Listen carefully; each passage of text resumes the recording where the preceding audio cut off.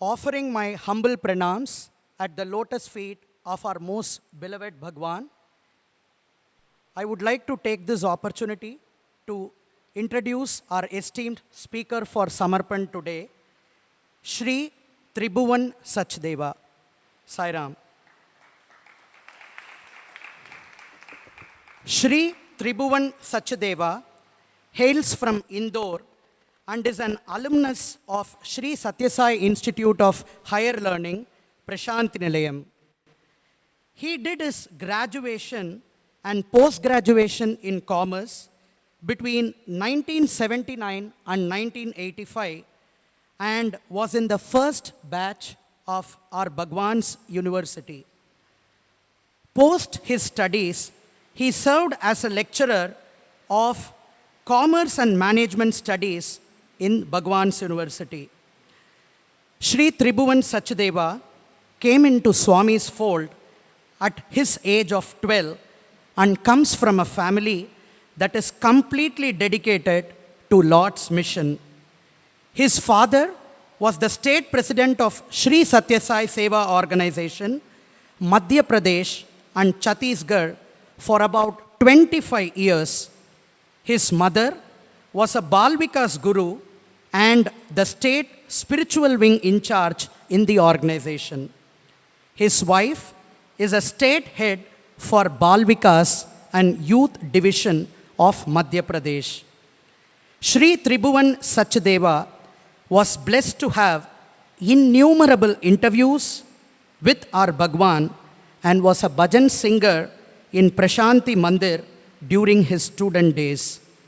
He also took part in leading roles in plays directed by Bhagwan himself. Additionally, he used to deliver lectures on various occasions in Bhagwan's divine presence and in the hostel during his student days. Shri Tribhuvan Sachdeva is a leading income tax lawyer and a visiting faculty at IIM and other colleges in Indore. He is currently a member of Shri Sathya Sai Trust, Madhya Pradesh. He is also the convener of the National Council of 100 Sathya Sai schools in India and is an executive editor of Sanatana Sarathi in Hindi. He is a frequent invitee to address students and members of the Sathya Sai organization at Prashanthi Nilayam and across the globe. Sai Ram, sir. I had been really wanting to come and enjoy this holy precincts, and I was lucky that before the talk began and before this program started, I could also visit Swami's inner chambers, also could visit his bedroom, could visit all those beautiful places where our Lord had once walked himself.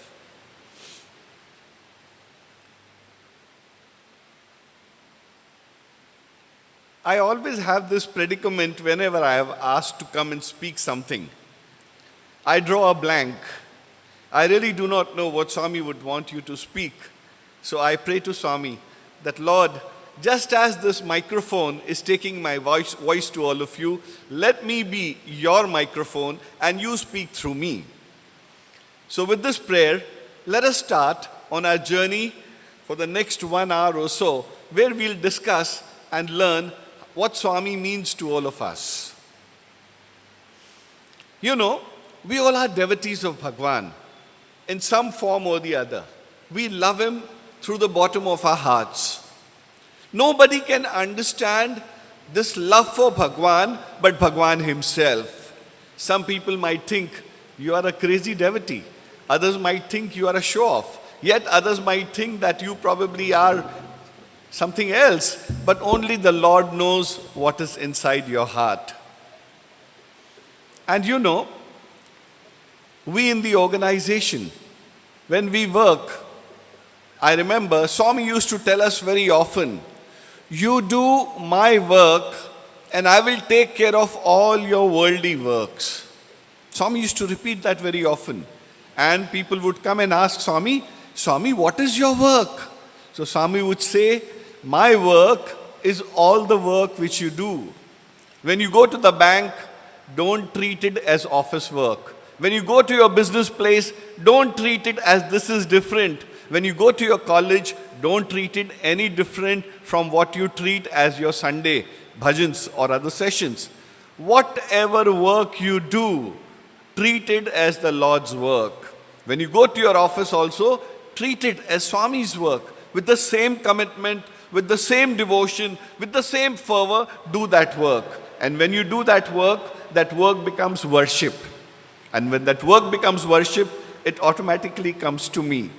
This is what Swami had said. I'm thankful, as my brother, when he was introducing, he said that I was born in a family which believed in Swami. And my father and mother were my first gurus. They guided us when we were young and they told us who Swami was. I mean, foolish as we all are, I did not want to go and join Swami's college. I mean, I had heard a lot about Swami's college, about how the students, they turn out as exceptionally good human beings. But when you are 16 or 17, being good is not on your agenda.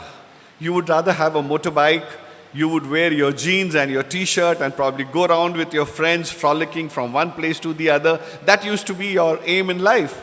But then God was kind to you. He gave you an opportunity to come there, and in spite of your negativities in your mind, He still accepted you as you were. So I'm reminded of a very beautiful incident which my father would always relate to me when we talk about, you do my work and I will take care of all your works. Don't we all believe in this dictum? That when we do Swami's work, and Swami actually takes care of all our works. So I have this beautiful incident to relate to you. My father was a tax lawyer in Indore. He had a tax law firm of his own, which is now almost, I could say, 65-year-old law firm we have. And when he was an income tax lawyer, we all know that when the month of March comes, that is where all the scrutiny assessments take place before the officers, and you have to get your cases done as soon as possible. So my father was always busy in the 80s getting the cases done so that, in case there are any additions, then you have to go to the first appeal or the second appeal, and the process has to go on. It was 1983, the month of March, when Swami had declared that I'm going to do a mass Upanayanam ceremony for all the children who were studying in Swami's college and also some of the other children who were of near about places. It was March 1983 when this declaration was made. I was then a student in Swami's college. My younger brother was studying in Vrindavan. And both of us decided that this is a golden opportunity. When Swami will do the mass Upanayanam ceremony, Swami will himself come and make you wear that sacred thread, and in Swami himself will chant the mantra of Gayatri, and you have to follow that. So I was on cloud 9. I wanted that my parents also come for this occasion. So I called up my father. There were no telephone calls frequently done there. I wrote a very detailed letter. A letter used to take almost a week to reach, and I wrote and requested my father that I know it's a month of March, it might be very tough on you, but you must come here because Swami is going to bless all of us by offering us Upanayanam, and if you and mom are there, I think it is going to be a great good fortune. So my father thought, this is the divine opportunity. Why miss out on this chance? So he started getting all his cases readied and completed in the month of February itself. But the system doesn't work with your way. Even if you want to get everything done earlier, the system moves with its own pace. And it was 12th of March that he had to leave, because in those days, reaching Puttaparthi itself used to take 2.5 days, because you had to go first by bus, reach Khandwa, take a train from there, then land up at Dharmavaram, from Dharmavaram again wait for another bus and then come down. So it used to be a lengthy process. These days traveling is so much more fun. You sit down on a flight and you land at Bangalore and take a cab and reach straight away. But those days it used to take a lot of time.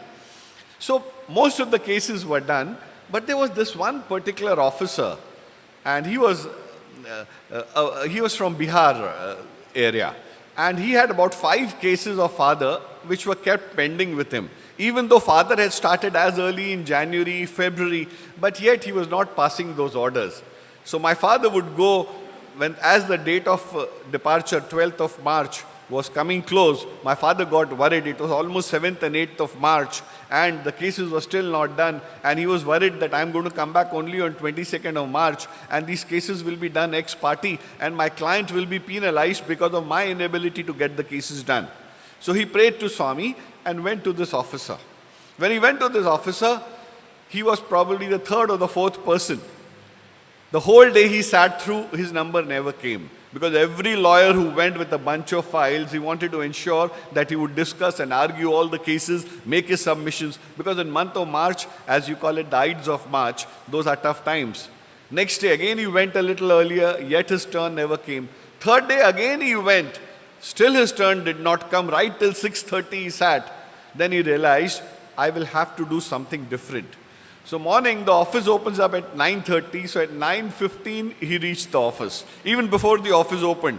And with all his files and everything, he sat outside the officer's office and on the chair there and kept on praying to Swami, Swami, only 2 more days to go. Please get this thing done. I have to reach there somehow. The officer came sharp at 9:30 and he saw my father and he said, oh my God, today you are here even before me.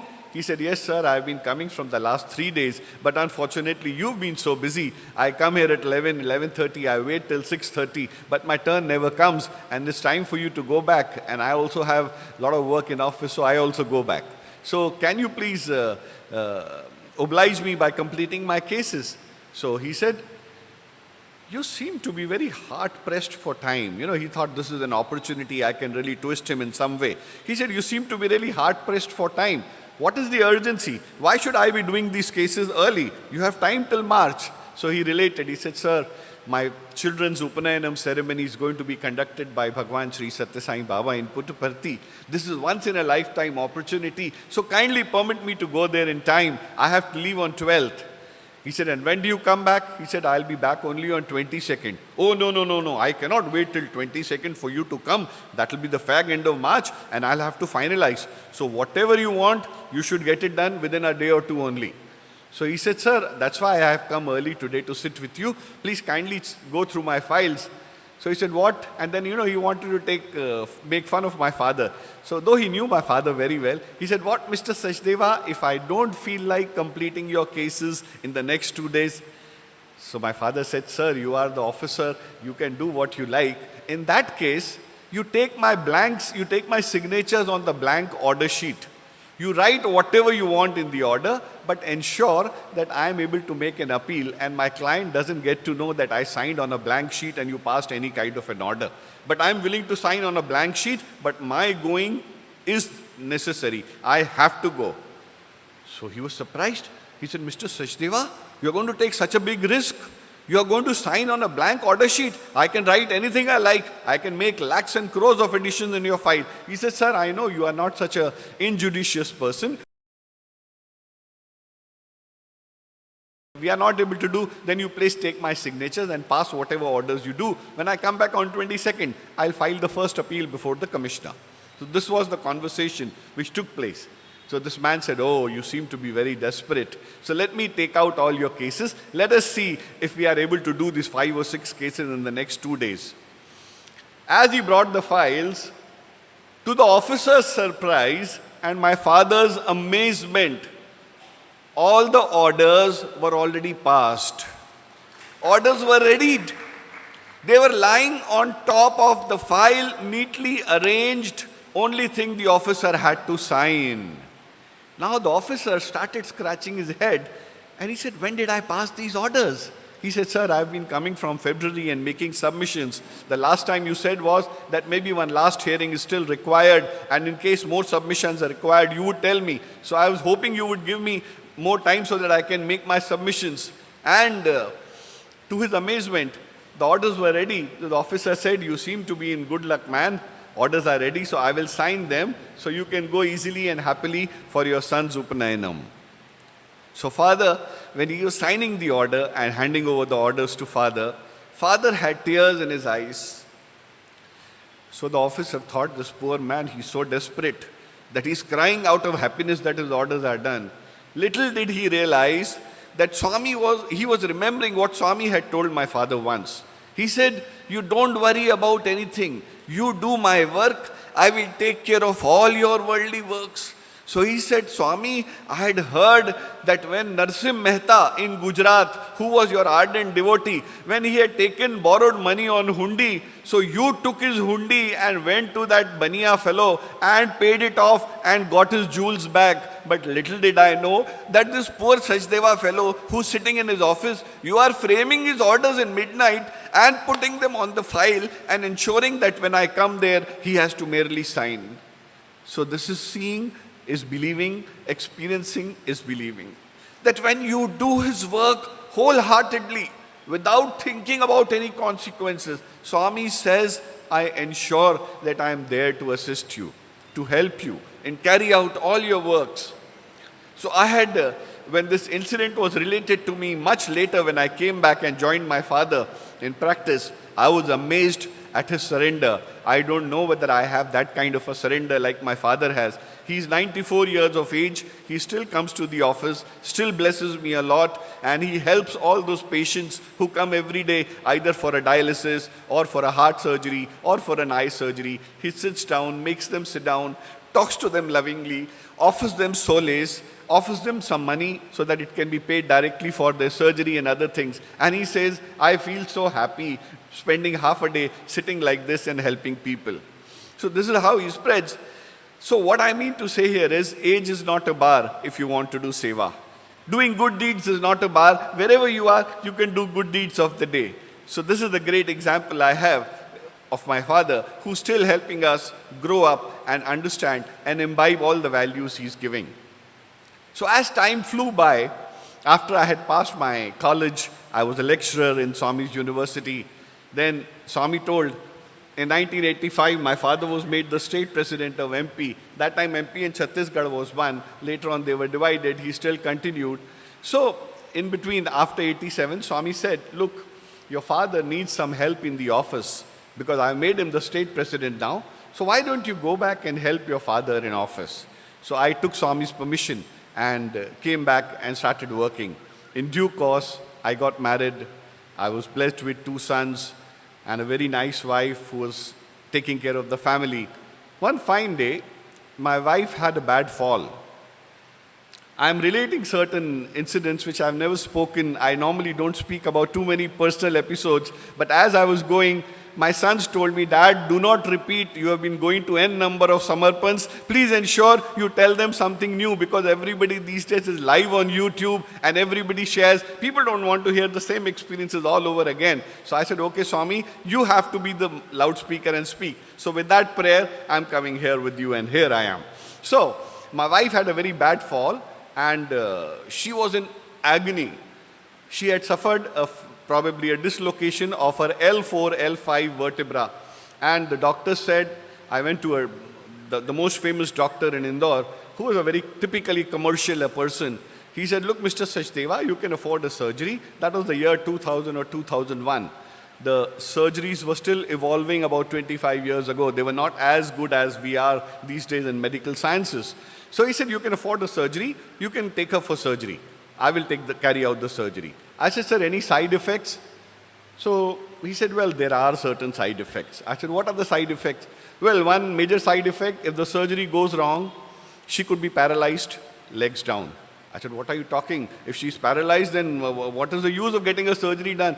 So he said, but can you see her in this kind of a pain? So I needed a second opinion. So there was another orthopedic surgeon who was very well known to me. So I approached him and he said, look, you've been advised a surgery and surgery is the only way out. But since I know your system of your devotion towards Baba, he knew that we were Swami's devotees. He said, what we'll do it is, we'll admit her into a nursing home or a hospital and we'll put her in traction for about 8 to 10 days. You know, the traction is a process. It's a very ancient process wherein certain bricks are hung with a pulley and so that, you know, your leg is kept in a stationary position, your back is kept on a stationary position and you lie flat You are not permitted to even go to the washroom or anywhere. And it's an embarrassing situation because you have to ease yourself in bed. There is a nurse who's there to take care of you. But that was the only solution. He said maybe for 8 or 10 days, we try. In case the traction works out, then fine. If it doesn't work out, then I will recommend, I will only operate on her. So you don't need to worry. You take Swami's name and get this thing organized. So with a lot of fear in my mind, a little apprehension, I just prayed to Swami. I said, Swami, let your will prevail. I will do what the doctors are suggesting and let us go through the process. But in case a surgery has to take place, I will come to seek your blessings. So I thought that, and we put her and admitted her in the hospital. Now 8 days passed away in a jiffy. The doctor would come every day. He had taken an MRI scan on the first day. And on the 8th day again, he said, tomorrow is the last day. I will take an MRI scan. If there is no improvement, be ready for a surgery.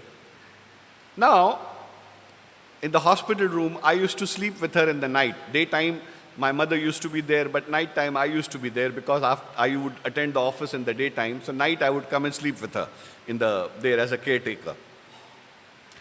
So that night, I suddenly heard her talk in her sleep. She said, Swami, Swami, and I was wondering what happened. So next day morning when I got up, she was looking at me intently. And she said, you know, something happened last night. I said, what happened? She said, last night I was sleeping on my back straight away with that weight on my legs. I cannot turn left side or right side. And I was praying to Swami that, Swami, whatever you want to do, my children are very small yet. I have to take care of them. Please be kind and bestow good health on me. She prayed like this and she slept. So in the night, she sees Swami opens the door of the room and comes inside. And with his hands folded like this, Swami stands near her and he asks her, and speaks to her in Hindi, Kya ho gaya? So she says, Swami, L4, L5 is a problem. The doctor says it is a surgery. I know it is a surgical case. Okay, you turn around.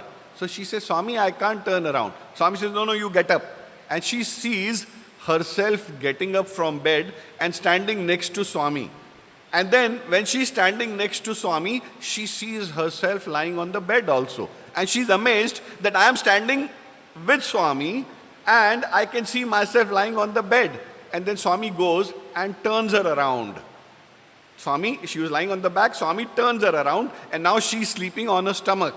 And just as you open a cupboard, Swami opens up her back like this. One flap, second flap. And the cupboard opens up. And then he calls my wife. See, L4, L5. This is the problem, no? This is where it's troubling, no? She said, yes, Swami, I think this is the problem. Swami puts his hand inside her back and that L4 and L5, he does something, pushes it up and down, closes the flap of the cupboard and says, turn around.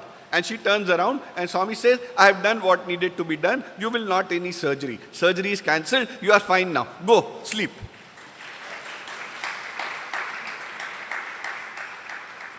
My wife did not come from a Sai background. She was from Kanpur and she had never heard about Satya Sai Baba. But she came into our family and she became an ardent devotee. But little did we expect that with her prayers to Swami, so ardent prayers, Swami would himself come down and operate on her in the hospital with his fingers. And she suddenly saw that I am back again on the bed and Swami is gone. And next day, the doctor comes, he says, I will need to take one more MRI before we decide on a date of surgery. So I knew what was to happen, but I said, yes, please take this thing. He took the MRI and he sent her home. He said, you go home, we will decide and talk after the results of this thing comes. After 2 days, this doctor called me. He says, Tribhuvan, I tell you, there is something wrong with you, man. I told you, this Swami is doing something for you.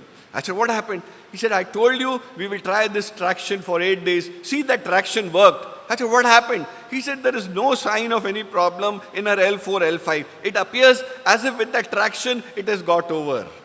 Now the doctor is thinking his treatment has come handy. Whereas, little did he know that the super doctor had come to operate on her and he had set her right by opening the 2 flaps of the cupboard. Now this incident which had happened, it was told to my son also, who was then studying in Swami's college in 2007 or 8. So that time, from Bangalore when he traveled down, He was asked to speak on surrender in the presence, immediate presence of Bhagwan then. I think it was 2008 or 9. He was asked to speak on the topic of surrender. And then in presence of Swami, he spoke about his mother's surrender towards Swami. How she gave everything up and she prayed to Swami that, Swami, I have small children to take care of. Please take care of my health so that I am able to take care of my children. And how Swami responded to her. And in immediate presence of Swami, he related this incident, after which Swami blessed him a lot and acknowledged that it was he and he alone who had done this miracle of sorts in our lives.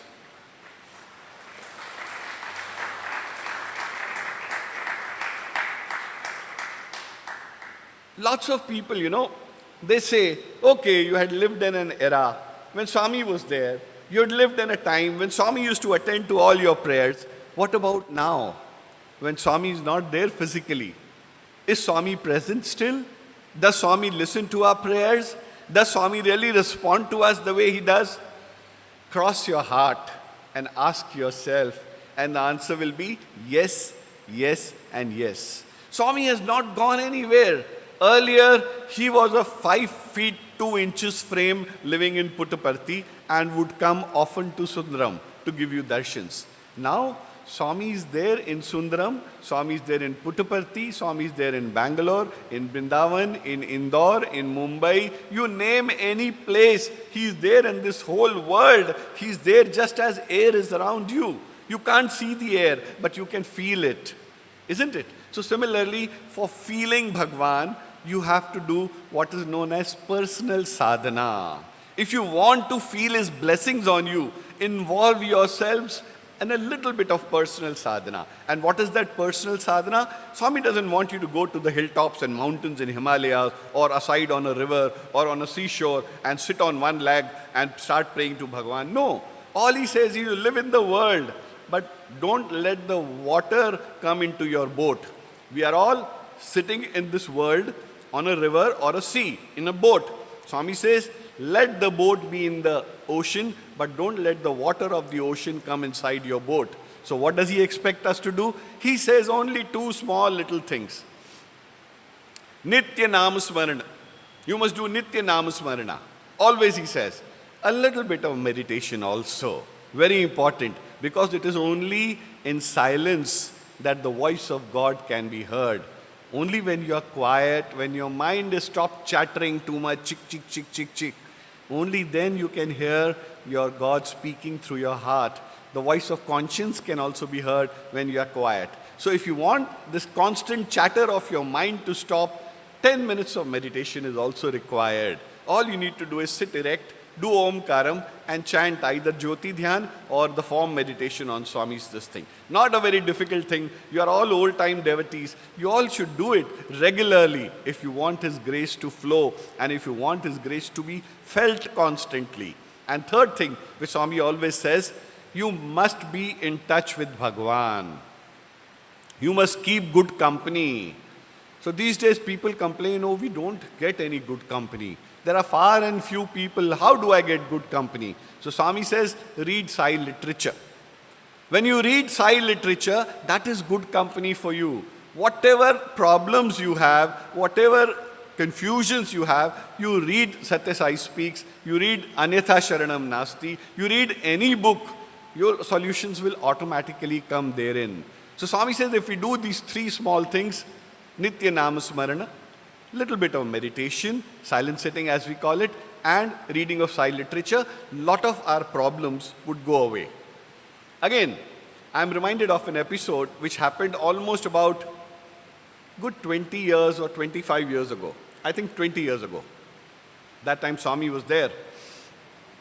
And it was my ardent wish that before I hang my boots, before I retire from active life, I must take out an X amount, and that X amount should be utilized, which should be out of your pure earnings, out of your hard work, no easy money, and that money should be utilized for either building a hospital or building a school.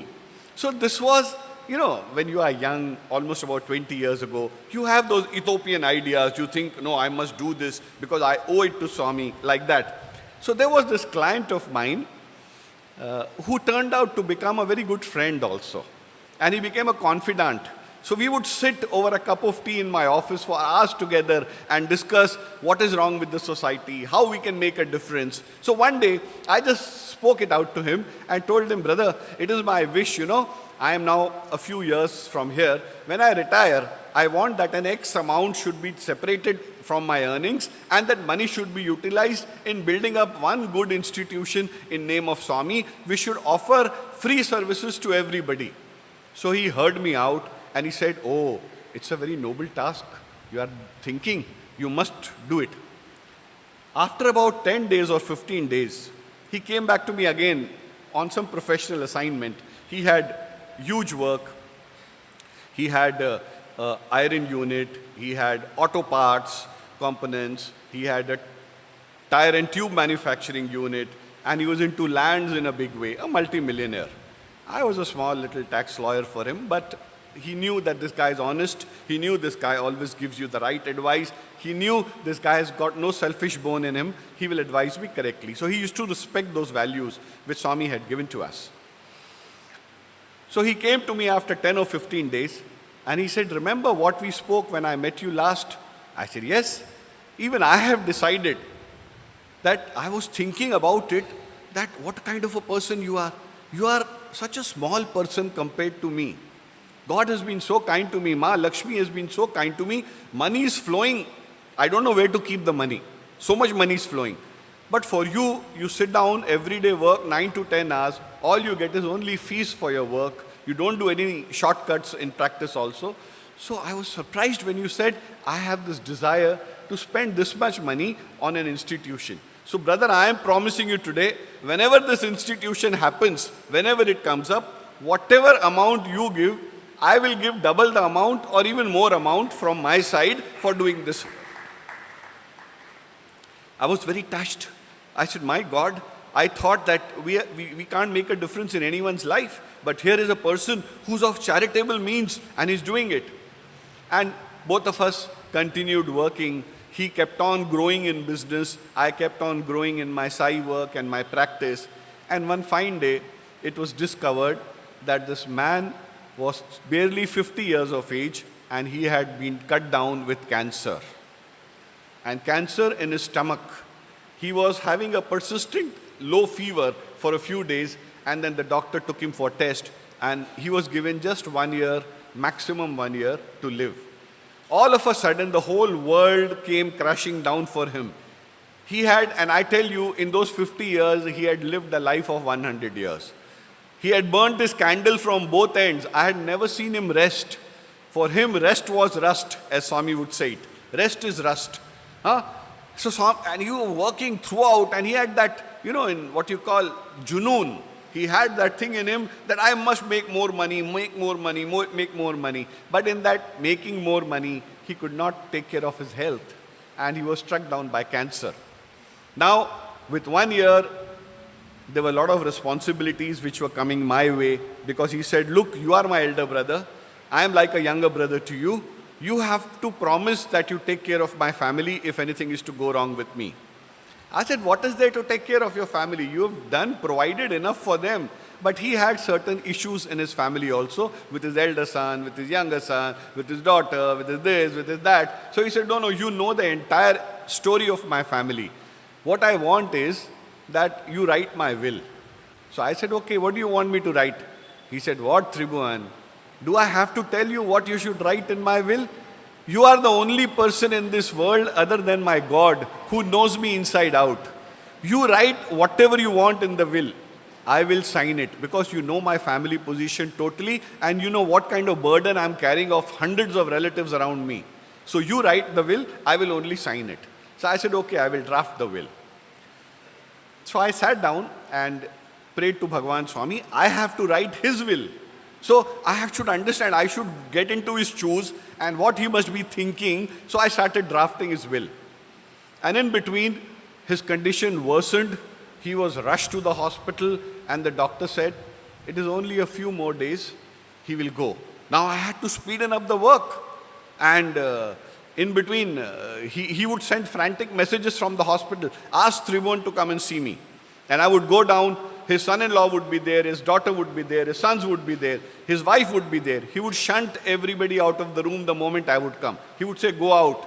Then he would catch hold of my hand, put it on his head, and keep it on his heart. And you know, in his movies you show, no? When there is a very dear friend, and in the last moment comes, the person holds your hand and he says, I'm leaving my wife and my children in your custody. Please take good care of them. I mean, we have seen in Indian movies. That was exactly a scene I used to see every time he used to call me. He would cry and tell me, Tribhuvan, you promise you will take care of my family. I said, yes, and especially my son. You know, he's young. He's hardly 21, 22. He has not seen the world. With so much money, let it not go to his head. And there was a term we used to use, BKM. That BKM meant Baap Ka Mal. He said, don't let him get into that Baap Ka Mal where he enjoys his father's money. Let him earn with his own hard work. Let him understand the worth of money. You will be like another father for him. You guide. I promised him all that. Then he asked me very slowly, is my will ready? I said, yes, tomorrow I will get it signed. It is in the final stages. I will come to the hospital and I will get it signed from you. He said, okay, you bring it, let me read it. Then he quietly called me very nearby. He said, Tribhuvan, remember 10, 15 years ago I came to your office? I said, yeah, so what about it? You had told me that it was your desire to contribute some amount towards Swami's institution so that some free activity takes place. I said, yes, you remember? He said, and you also remember, I had promised you that I will contribute something for that. I had totally forgotten about it. And he reminded me. So I said, yes, you had done. Look, time is not on my side. I don't think so I will live to give you that thing. But when you write my will, this one piece of land, a very expensive piece of land, he said, you write it in your name. I said, what nonsense. I cannot write anything of yours. I would like your son to get it, your daughter to get it, your wife to get it, but not in my name. He said, no, this I am giving you in trust. Your responsibility to sell it, and after selling it, after paying off taxes, use that money for charity in whichever way you like. And it was crores worth of property. So I said, no, I cannot possibly do it. He said, no, you promised me. So promise, I will not be able to go happily if you don't do it. So I listened to his prayer, I redrafted this thing, and went to his hospital bed, and he was there like a dying man, and the moment he saw me, his eyes lit up. And he said, I knew you were hesitant in writing my will, so I called one of the registrars of the will department, and I wrote a will in Hindi, only for this asset. And I wrote clearly that this asset should go to Tribhuvan Sachdeva. So I said, why are you giving it to me? Give it to the trust. So what he told me lives with me for life. He says, look, Tribhuvan, I don't know any trust member. I do not know any trust. I have just had once darshans of Bhagwan in Puttaparthi, and that too after his samadhi. I don't know anybody, but I know you. I know you. And you are Swami's ardent devotee. Whatever may happen, nothing will go wrong. I know it is in safe hands. Please accept this. And he brought a file. In that file, a registered will was drafted in Hindi in my favor for that plot. And he called his mother, his ailing mother. She was 80 years of age. And he said, Ma, this is a small gift we are giving at Swami's feet from the family so that Swami's blessings continues to flow on us. Please offer it to Tribhuvan Bhaiya. She came, blessed me, handed me that file. I took that file with all devotion and took it. And then I saw absolute peace pervading on the face of my friend. And he told me, Tribhuvan, now I can go peacefully. My work is done. What I had promised to Swami, I will be able to give. I was amazed. This man has had only one darshan of samadhi, that too after Swami is going away, and he's wanting to keep his promise to that extent that he's wanting to give it to me. Then I gave him that will which I had brought. I said, please ensure that you sign it tonight, and 2 independent witnesses also sign. He said, have you written your name as the executor of the will? I said, yes, I have written my name.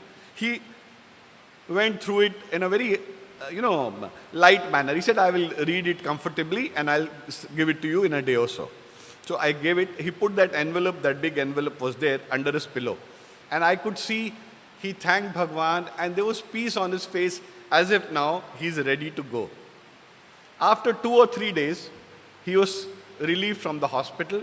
The doctor said, we can't do anything much. Take him home now, his time has come.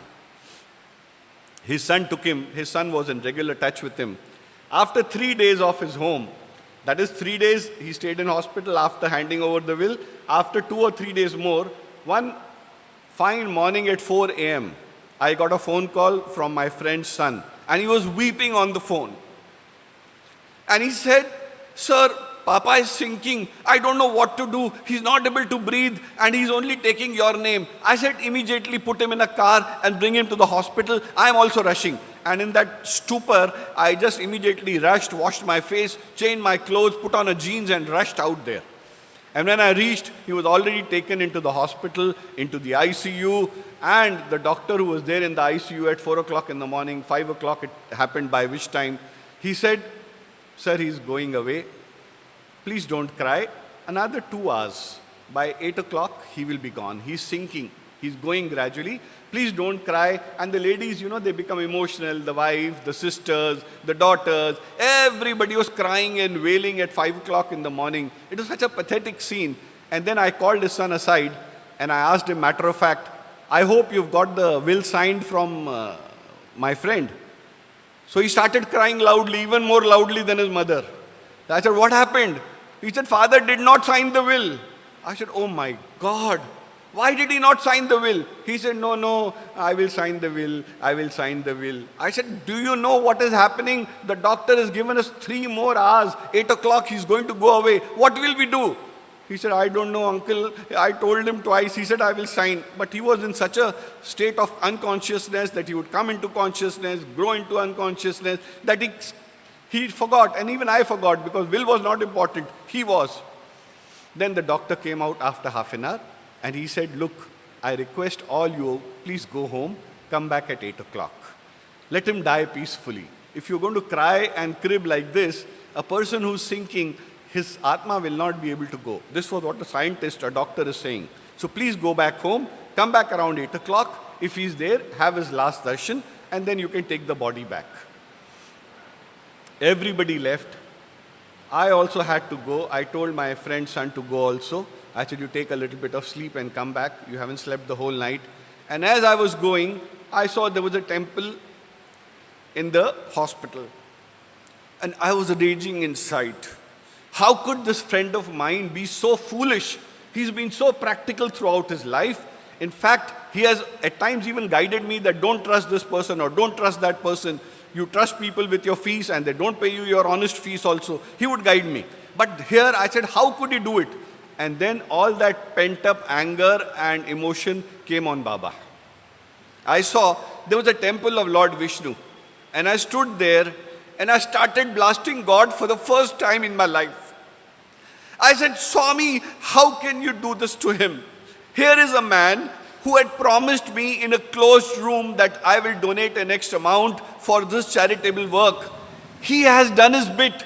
He has given that asset to you. He has willed it to me. How could you not make him sign his will? Could you not do such a small thing? And Swami, if he's going to pass away today, this morning, I don't think you are doing a right thing to his family. You know there are so many problems within the family. If he dies intestate without a will, there will be hundreds of relatives who will be willing to take every single asset. And that poor young boy, what will he do in life? Swami, I pray to you. And that anger turned into prayer. And I don't know when I started crying in front of the whole temple. And I kept on crying and praying to Swami. That Swami, please do something. But don't let him go until he has signed his will. And I could not do anything more. First anger, then tears, then repentance, and then prayer.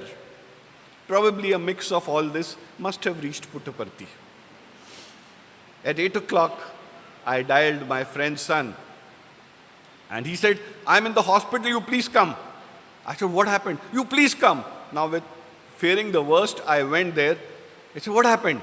He said, the doctor says, if he is going to breathe like this for 1 more hour, I think we can shift him into the room. I said, what? The same doctor said 8 o'clock is the latest. He said the same doctor is saying, I think suddenly something has happened after we all left. He started breathing again and he's breathing normally. And after 1 or 2 hours, we will shift him into the room. I said, what does that mean? He said, that means he's recovering. Oh my God. Again, I went to the same temple and again started crying. This time started thanking Bhagwan that, oh Lord, I'm so sorry I got angry at you. I got angry at you and I told you all kind of nonsense. You heard my prayers. I'm so grateful, Swami, but ensure that he's able to sign the will. That patient was transferred into the room, and in the evening, around 6 o'clock, my friend's son called me up and he says, my father is fully awake and he's asking you to come. I said, what does he want? Is he okay? He said he's in full senses. And he says, ask Tribhuvan that I want to sign the will in his presence. I went there, his papers were readied, the registrar of wills was called there in his office so that when he signs, he could take as an exceptional rule there and register the will. In presence of the witnesses, he signed full-fledged, no thumb impression also, full sign, everything over. And then when he signed, he tells me, what did you think? I will go away, huh? The doctor said I'll go away. But actually I had gone. I don't know what happened. Suddenly I felt somebody kicked me. And my heart started pumping. And I started breathing. And here I am in the room. Again he said, send everybody out. Again he held my hand. Did you do something? He told me. Now I couldn't say what did I do because Bhagwan had done. I had done nothing here. So I told him, no, Swami is with you. You had to do this work. You have done Swami's work. So Swami wants to ensure that your family is taken care of. His will was signed. And after 3 days, 2 days after that, he died peacefully, having met his whole family, having met everybody, having blessed all his family. In 2015, it was when he passed away. But he taught me a very big lesson.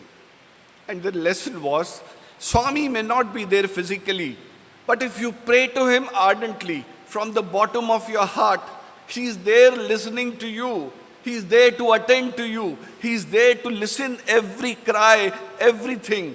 You must have that fervor in your prayers. If you don't have that fervor, how can you expect Swami to listen? As it is, Swami's got such a lot of hair around his ears. So if you want that your voice should reach to him, you should have that fervor, that purity in your prayers. This is the greatest lesson I learned through this. And I knew that even today, if you pray to Swami, he's there to listen to you.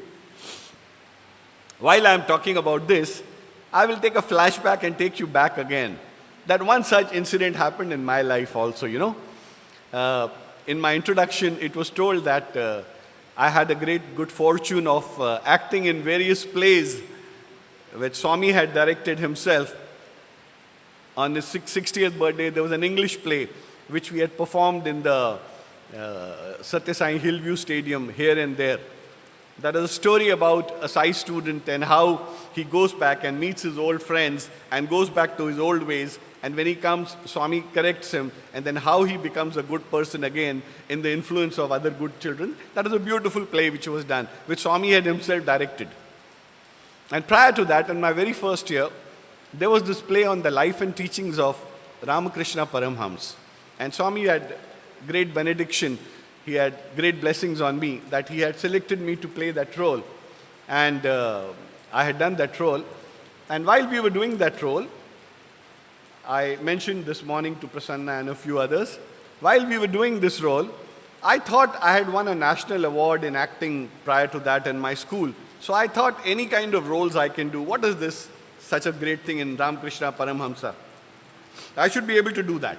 But I realized I was not able to enact the role of Ramakrishna. Because here was a man who was God realized. He had realized God, but had childlike innocence.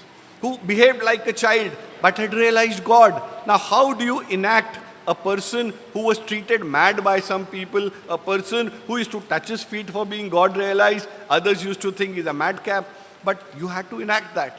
So I prayed to Swami one day that Swami, everybody is praising that you are doing well, but the artist within my heart is not able to accept in front of 25,000-30,000 people in Purnachandra Auditorium during Dasara celebrations. When this play takes place, I would feel so small, Swami, if I'm not able to do it to my satisfaction. Please direct me, please bless me. And that very morning when I prayed and came, Swami gave me a book on the life of Ramakrishna Paramhams. And he told me, for the next few days, don't go to the school. Don't talk too much with the boys also. Don't mix with your friends. Go to a quiet corner and read on the life what is written in this book. Try to absorb everything. Try to think like Ramakrishna Paramhams. When you eat food, don't eat hurriedly. Think how Ramakrishna would eat his food. When you talk to people, have that thing in your mind, he was a God-realized soul. When you do this, it will automatically come. I bless you. Swami told. And here, wow, I got a formula. Best, no need to go to college. Second best, stay there in the hostel, read a good storybook. Third, try to live the life, which was difficult. That is known as method acting, which some of the actors do these days. In way back in 79, Swami taught me what is method acting, how you can do a role play. So I started doing it, and I suddenly realized it was not me who was doing, it was Swami who was making me do. So in that role, there is a scene, as the curtains open, they show that Ramakrishna Paramhamsa is praying to Mother Kali. And he says, "Oh Ma, why haven't you revealed yourself to me? Why are you keeping yourself away from me? Ma, please accept me as I am, with all my faults, with all my shortcomings. Please reveal yourself to me. Don't keep yourself away. I will die if you don't reveal yourself." Now, I had to cry also in this. And when I went, and as the curtain opened up, before I could go, my director of the play came to me and he said, "Tribhuvan, the whole play depends on your acting. Swami is very proud of you. Do to your best. Blast off," he told. And whatever confidence was there, it went down. I said, "Oh my God, I am the person, everything rotates around me." And as the curtain opened up, I saw 25,000 people sitting there in the Purnachandra auditorium, and everyone watching you intently, what you do. Whatever little I had remembered, everything was gone.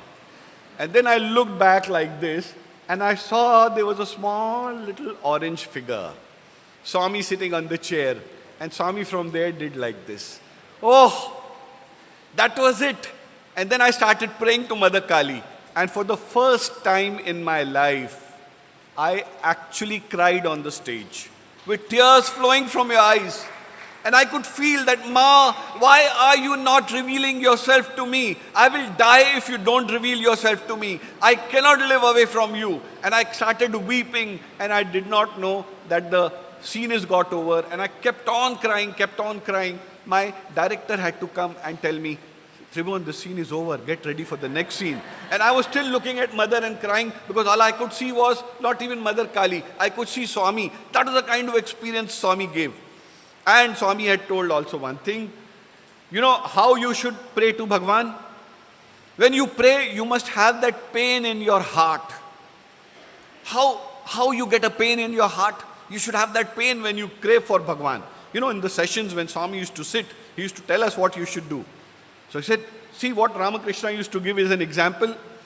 Suppose a young man gets married to a very beautiful girl. He lives with her for 2 days. And after 2 days, the bride has to go back to her mother's place for some rituals. Now, if suddenly the newly married couple is separated, the boy is in his house, the bride is taken to her mother's house, how will the boy crave for his wife? How much he'll miss her, because he's just spent 2 days. After 2 days, she's gone away. How will that miss her? Just as a lover misses his wife, so must you miss God like that. I said, wow, is it possible? Swami said, yes, you must have that kind of a pain. And second example Swami gave. Swami said, let's say a mother gives birth to a child, and she's able to breastfeed that child for 2 days. And after 2 days, you take that child away from the mother and say, we will hand over the child to somebody else. You don't breastfeed her. So what will be the condition of that mother? That mother will not be able to eat. She will not be able to sleep. All she will remember is that part of her whom she gave birth, that small little baby. And she'll sit up in the night and cry for the baby and ask for the baby. Swami said, if you pray like that to God, then God comes to you. You know, you must have that kind of pain. So it registered in me. He said, Swami, chodunga nahi tumko. The day a problem comes up, I'm going to cry like this only, and I will see whether you listen to me or not. But you know, these are things, childish thoughts which come into your mind. Days passed away. It was 1983. This happened in 79. I was waiting to seek admission for MCOM. Due to some technical grounds, I couldn't get admission in MCOM, so I was a waiting boy then. And it was, I think, the month of March or probably February. I think it was February. And Swami had decided to make a small little school on the outside of Puttaparthi. As you go towards Bangalore from Brahmanapalli, you take a left turn. That we used to call it the blind man's corner there, where that man used to sit and do bhajans. So a little ahead you go, and on the right side there was the school. So Swami came out that day in the morning, and some old students were also there. I was also sitting there. And Swami said, this afternoon I'm planning to go and inaugurate that school. That school is going to give free education to all the village children. How many of you want to come with me? So all of us raised our hand. Swami, we want to come, we want to come. You know, it's a once in a lifetime opportunity. Swami going to inaugurate a school, and he's asking who all want to come. So anybody in his right sense would say, I would want to come. I also lifted my hand. But then Swami said, okay, I will take everybody. Then he said, okay, I will take you, I will take you, I will take you. And I was sitting here, did not see me. I was not existing. I will take you, I will take you, you. Okay, all of you go. Now I looked around and I looked at myself, whether I'm made in a glass factory. Am I not visible to Bhagwan? I also lifted my hand. So I looked at Swami and said, Swami, and Swami is not bothered. All of you, 2:30 today, afternoon, come upstairs first. We will separate some clothes. After that, we will go to village. Now, this was the ultimate humiliation to me.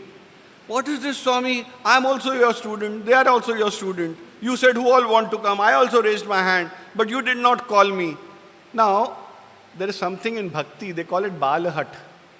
Balahat is when a child, what Prahlada had, what Dhruva had, that you have that, no God, you have to do this. So probably in that kind of a frame of mind I was feeling extremely painful. And prior to that, Swami had made me out of form. In the sense, prior to that, for 2 months, he had stopped talking to me. So when you are out of form with Bhagwan, that means you don't exist. Nobody talks to you, nobody wants to even look at you. Why? Because Bhagwan is not talking to you, man. You must have done something. Now you don't know that is the internal purification process which Bhagwan puts you when he ignores you. Those people are lucky whom Swami ignores because he's giving you time to grow. He's giving you time to develop internally. But at that time, all this gyan doesn't work out. At that time, it hurts you here, straight in your heart, when you are there and Swami is not looking at you. So I went up. I was staying in the old hostel where the East Prashanti gets over and where the Brindavan boys live. I was on the 3rd floor there, on top. And I reached there. I shut the room. And all that pent-up emotion which was there, I started crying like a child. Oh, I started crying in front of Swami. Swami, this is not fair. How can you do this to me? Am I not your child? Have I not left my parents? Am I not suffering this lousy food which you give us in the canteen? I have to wear only this white and white. I have to do bhajans every day. And I want you only, and you only ignore me. Why are you doing this to me? Why are you doing this to me? And as I was talking, I took my shirt off. I was only in my pants and my vest. And before long, I realized I was on the floor and crying like a child and saying, Swami, no, you have to call me, Swami. You have to call me. You cannot do this to me. All the friends are going. Everybody is going. Why am I left out? And I kept on crying, and that crying became louder and louder. And as it was going, I was crying like a madman. Suddenly, there was a knock on the door. And I immediately stopped crying. This is Bhagwan now knocking at my door. Who will knock at this time? Everybody's gone to college. Nobody's there at 11 a.m. in the morning. It is Swami. So I think all what Swami told me in Ramakrishna play may be right. Swami is himself come because Swami told you must have that pain in your heart. And today I'm having that pain in my heart. See how a child's mind works, And I said, it is Swami. Again, a knock. I immediately took my towel, wiped my eyes, and took off a shirt, and I was buttoning my shirt because Swami comes, I cannot be seen in my vest and my pants. So I was wearing my shirt, and I opened the door, and I was wearing, my eyes were jet red out of crying. And there was an anticlimax. I opened the door, and there I see the ubiquitous form of Mr. Chiranjeevi Rao. the manager of the ashram. You know, like a penguin, small little person in a dhoti, came there. He said, "Are you Tribhuvan Sachdeva?" He's very mechanical in whatever he says. "Are you Tribhuvan Sachdeva?" I said, "Yes, sir. Swami has asked me to convey to you that this afternoon you also have to come inside the mandir and then accompany Swami to the school. Okay? Sai Ram." So I said, "Okay, sir, Sai Ram." And before he turned and then again looked at my eyes, "Are you all right? I hope everything is fine with you." So now tears were coming. I said, "No, no, sir, everything is fine, sir. Everything is fine." Now he knew nothing was fine. He said, "I don't know. Swami was giving me some important instructions. Suddenly, he literally pushed me. He said, 'Go to that old hostel, that third floor, that fellow Tribhuvan, that Pichi Vadu is sitting there. Tell him that I am calling him for the seva and ask him to come at 2:30 upstairs and tell him, go fast, go fast.'" I said, "I don't know why Swami is making me rush. What was there? It could have been done after 10 minutes also. I don't know why Swami says." And then he walked away. Now I again fell down on my knees before Swami and I started crying. This time the tears were of thankfulness. I said, "Swami, you were right. You may not have come, but you sent your agent, Mr. Chiranjeev Rao, with the message that I have to come. Swami, I'm sorry if I've said something wrong. I'm so sorry, Swami. I didn't mean to hurt you. I didn't mean to harm you. I only had this pain in my heart and I'm still paining me, Swami, that why did you not come? You should have come himself. Why did you send that fellow?" And as I did, again there was a knock. So this time I was sure this is going to be Swami.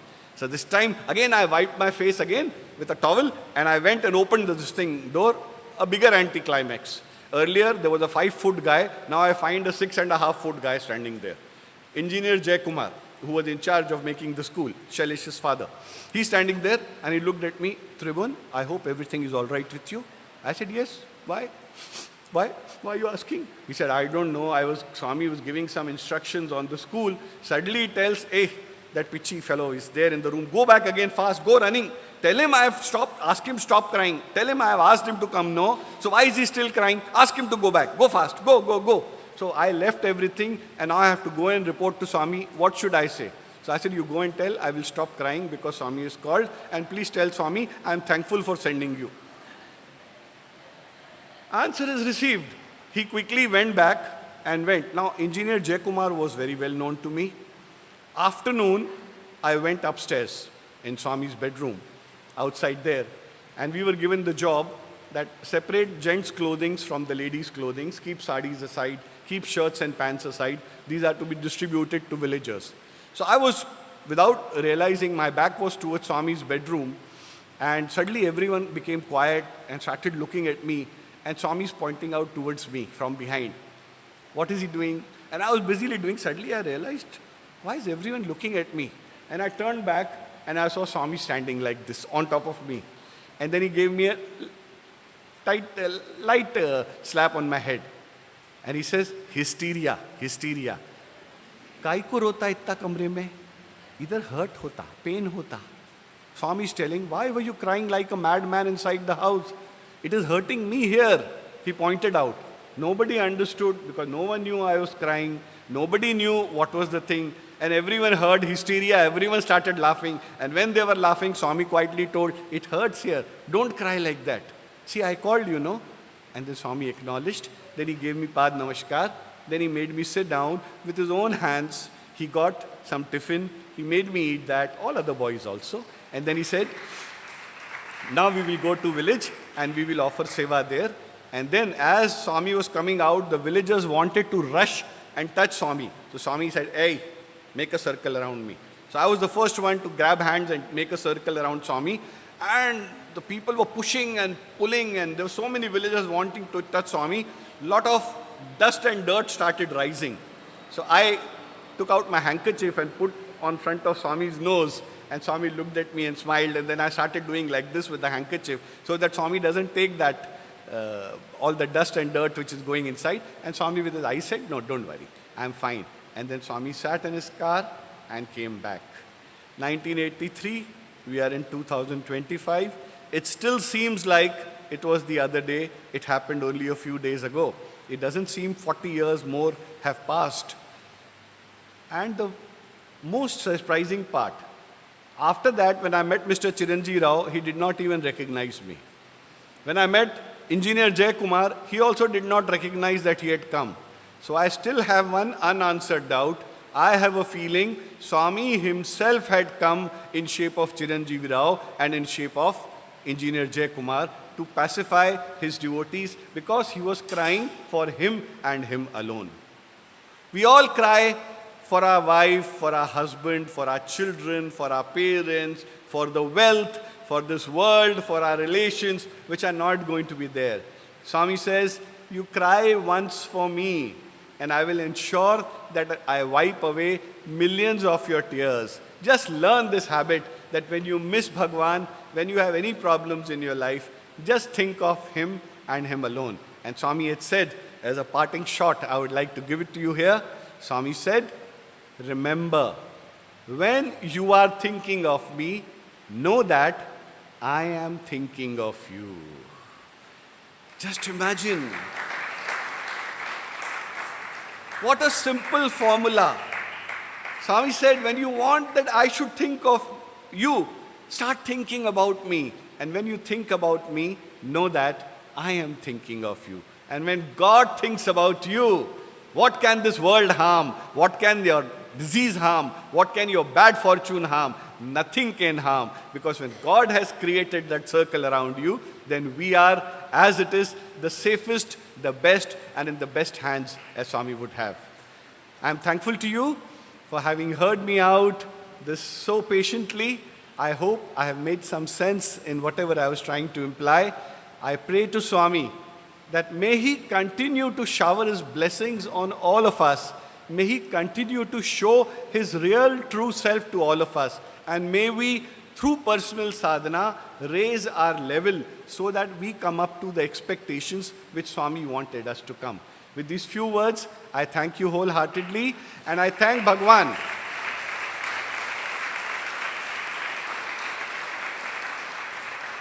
And I thank Bhagwan wholeheartedly for giving me this rarest of opportunity to come down to his own house in Sundaram and speak to all his children who had stars in their eyes. You all are blessed. There must be a few crores of people in Chennai, in Madras. Handful of them are devotees. Out of those handful, only a few more handful could come and listen to his glory. Unless you have earned that from Swami. Swami says, unless I wish, you cannot even think about me. Swami has told this, unless I wish, you cannot even think about me. If you are thinking about me, that itself is the biggest blessings. So let us pray to Swami that may we continue to think of him in our all circumstances which he keeps, so that when our last time comes, when our end comes, we are thinking of him and him alone, so that we merge at his lotus feet. Jai Sai Ram.